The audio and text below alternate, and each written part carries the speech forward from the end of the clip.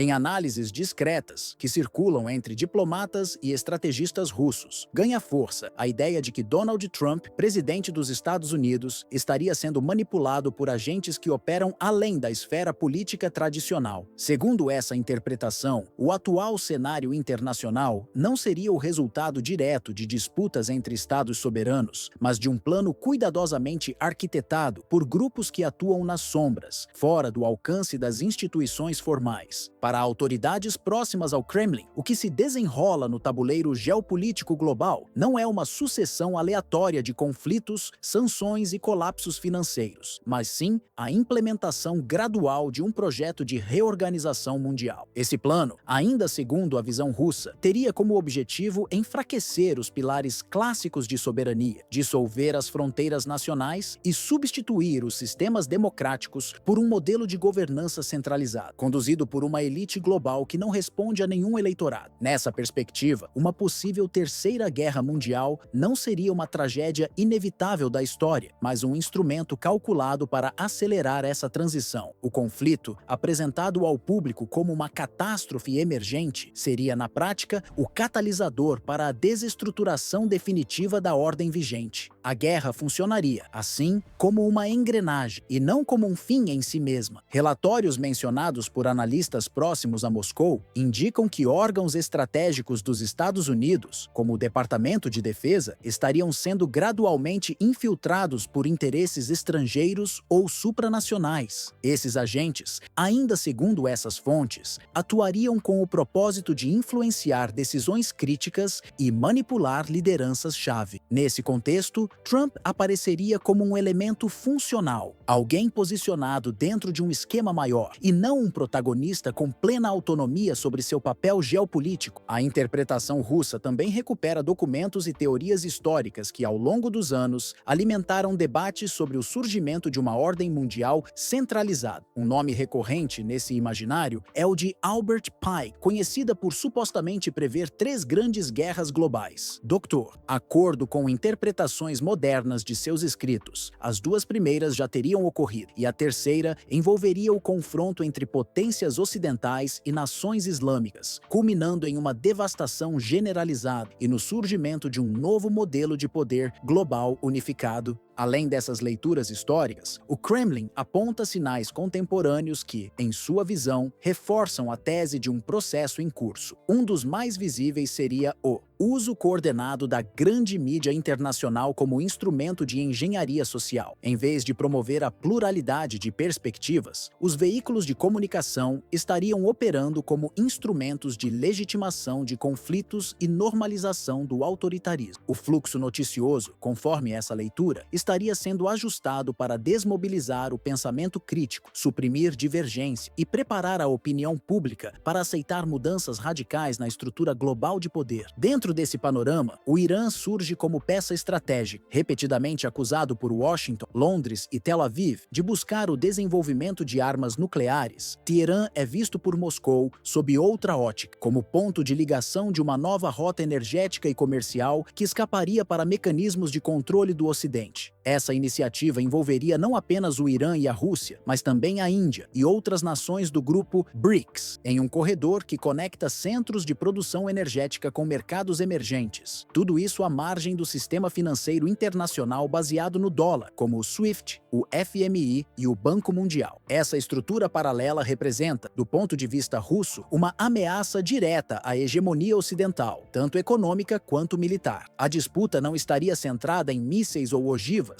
mas sim na tentativa de bloquear a consolidação de um novo eixo de influência geoestratégica, com potencial para alterar profundamente os fluxos comerciais, financeiros e diplomáticos no mundo. Fontes de inteligência independentes relatam que, desde 2022, operações clandestinas têm sido conduzidas contra essa rede emergente. Esses ataques, segundo essas fontes, teriam recebido apoio tácito de Israel e envolvimento direto de setores ligados à segurança nacional norte-americana. Os alvos seriam, principalmente, instalações críticas no território iraniano, além de infraestruturas conectadas ao projeto ferroviário intercontinental em desenvolvimento. A resposta russa a essas ações não se limitou ao campo diplomático. Dmitry Medvedev, ex-presidente da Federação Russa e atualmente uma das vozes mais influentes no Conselho de Segurança do país, declarou publicamente que os bombardeios contra instalações iranianas apenas reforçaram a determinação de Teherã em prosseguir com seu programa nuclear. Medvedev também insinuou que outras potências poderiam, caso pressionadas, fornecer diretamente tecnologia atômica ao Irã, sem passar por estruturas multilaterais de mediação. Essa escalada, segundo observadores atentos para bastidores diplomáticos, não é fruto de erros de cálculo ou acasos políticos. Ela parece fazer parte de uma agenda mais ampla, cujo propósito seria provocar o colapso coordenado das estruturas nacionais existentes, substituindo-as por um sistema de comando unificado, supostamente mais eficiente, mas profundamente concentrador. Dentro dessa proposta de reconfiguração do mundo, os pilares da soberania nacional e da autodeterminação dos povos estariam sendo progressivamente esvaziados. Em vez de decisões tomadas por parlamentos eleitos ou governos representativos, haveria uma transferência lenta, porém constante, de autoridade para entidades globais com escassa transparência e nenhuma prestação de contas à população. Tratados multilaterais, acordos vinculantes e normas internacionais, muitas vezes elaboradas sem debate público, serviriam como instrumentos para subordinar legislações locais a diretrizes externas. As fronteiras, tanto geográficas quanto jurídicas, passariam a ser tratadas como obstáculos administrativos, em vez de símbolos da identidade política dos povos. Em nome da segurança coletiva, do combate à desinformação ou da proteção climática, governos nacionais seriam pressionados a ceder competências estratégicas, como controle de dados, recursos naturais, sistemas de saúde e políticas fiscais, a organismos supranacionais que agiriam como centros coordenadores de uma governança planetária. Qualquer movimento contrário a esse processo, seja por parte de líderes políticos, grupos civis ou instituições tradicionais, correria o risco de ser enquadrado como ameaça à ordem internacional, negacionismo ou extremismo ideológico. O espaço para dissenso, portanto, se estreitaria de forma crítica e o pluralismo político poderia ser substituído por um consenso artificial, mantido por ferramentas tecnológicas e controle narrativo. É nesse ponto que o nome de Albert Pike ressurge como metáfora de um alerta, ou, para alguns, de uma profecia que ganha corpo no presente. Suas ideias, escritas no século XIX e frequentemente reinterpretadas, sugeririam que uma terceira guerra de proporções globais não ocorreria como fruto do acaso, mas como parte de uma engenharia geopolítica destinada a colapsar o sistema multipolar vigente. O objetivo final seria a criação de um modelo único de autoridade global, sustentado não por soberania popular, mas por tecnocracias e redes de poder, invisíveis ao cidadão comum. Sob essa ótica, Vladimir Putin aparece como uma das poucas figuras no cenário internacional a resistir abertamente ao avanço dessa engrenagem. Desde os primeiros desdobramentos do conflito na Ucrânia, o Kremlin tem reforçado sua narrativa de que a guerra, longe de ser apenas um conflito territorial, representa uma batalha pela preservação da soberania russa diante de uma pressão hegemônica coordenada por estruturas ocidentais. Donald Trump, por sua vez, é retratado por vozes próximas a Moscou como um personagem ambíguo, ora crítico da ordem liberal global, ora inserido involuntariamente em sua mecânica. Segundo essa leitura, ele se encontraria em um ponto decisivo, ou reconhece que está sendo manipulado por forças alheias para interesses dos Estados Unidos, ou continuará a desempenhar, mesmo sem perceber, o papel de facilitador de uma agenda que não foi escrita para beneficiar seu país ou seu povo. Em última análise, o que se desenrola não é apenas uma guerra convencional por territórios ou recursos. Trata-se de uma batalha pela soberania das narrativas, onde o controle da informação, da linguagem e da percepção coletiva passa a valer tanto quanto o domínio de arsenais militares. O campo de batalha não está apenas nas planícies da Europa Oriental, mas também nos algoritmos das redes sociais, nas manchetes filtradas, nas decisões silenciosas de cúpulas corporativas e nos bastidores onde são definidas as normas do novo mundo. Essa disputa pelo controle do discurso sobre o que é permitido pensar, dizer e acreditar define os rumos do século XXI com a mesma intensidade que as guerras do passado definiram o século XX. O destino não será apenas decidido por tanques ou tratados, mas por quem conseguir moldar, convencer e dominar a mente coletiva de bilhões de pessoas em escala global.